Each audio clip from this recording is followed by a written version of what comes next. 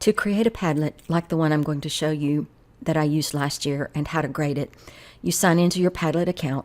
You're limited to 5 active Padlets without buying a subscription, but when you've finished using one, you can archive it and have it into an archived list. So I have 4 here from last year. I'm going to choose Make a Padlet to create the new one. Then you're going to select one of these views. The one that I have found the easiest to keep organized is to use this one called Shelf, and you can preview what it looks like here. This is the overall topic. This is each question that the students are expected to reply to or answer, one from each column, and then these would represent the student responses for each one. So that's the style that I chose to use. So I choose Select for the shelf. Then you set up all the different things, the background, all those things that you want here. I don't require approval first, but I do turn on filter profanity, allow viewers to comment on posts. Usually I do let them comment. And then I have the new post. Whoever posts next, theirs goes at the bottom. Display the author's name. If they sign in with their Google account, which is what I will require them to do this year, then it will put their name with it instead of me depending on the student to actually type their name in and in the correct place. Whatever wallpaper you want, a different color, different pictures, patterns, different things that you can choose here that you might want this to have. And then that has you started with to set it up, and then next, and now you're ready to start posting. So I have my first column and I type in, what is your favorite thing to teach in pre-cal? And then I would save it. Students would click on the plus sign. Each one clicks on the plus sign, and they would add their response. And then when I'm ready to ask the next question, and usually I set this up 1 per unit, and then every question is from a different lesson that I want them to summarize. So, what is your least favorite thing to teach in pre-cal?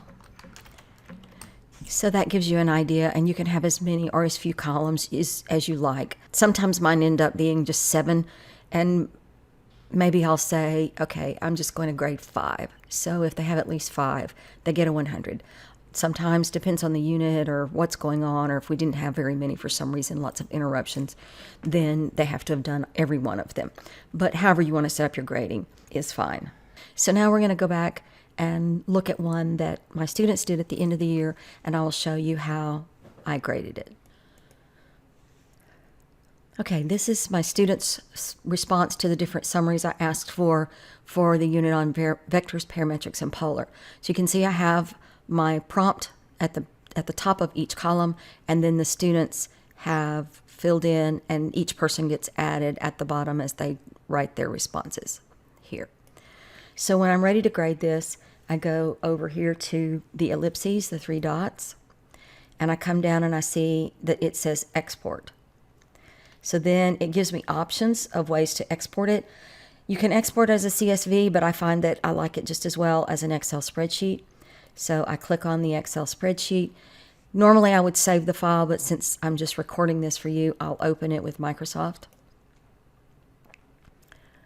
So then it opens, and this is the results from all of those things. Last is at the top, so the 9th one, the last column that I put in, is at the top. And then as you scroll through, you'll see the headers pop up when we switch to past 8. That's 9. There's 8, and then these are the people who responded. When I first started trying to grade this, I just would go through and say, okay, that's me when I read it. I have my student list. I'd make a check mark. She did that one. And as I went through the 9th one and the 8th one, I would make check marks. That works okay when it's a fairly small class, but it was still pretty time consuming. And then if I got interrupted, then I had to go back and figure out, where I was, or keep my place, or whatever. What I discovered later on, and this is going to require that I enable editing. What I discovered later on was that I could do a find and select and say find, and then I pick a person's name. At this point, I chose Giselle because she's the first one here. So I'm just going to work through. So I search for her name, but I change it to find all. And then I can make this larger. And that's all the times her name appears in this file.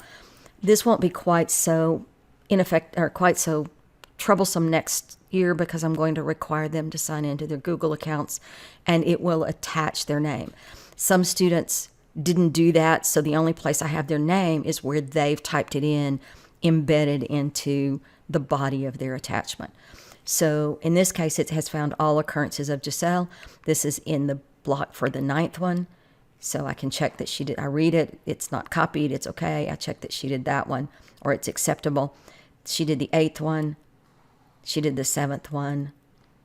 She did the 6th one. And then if further down in the list, you might have to scroll a little to see.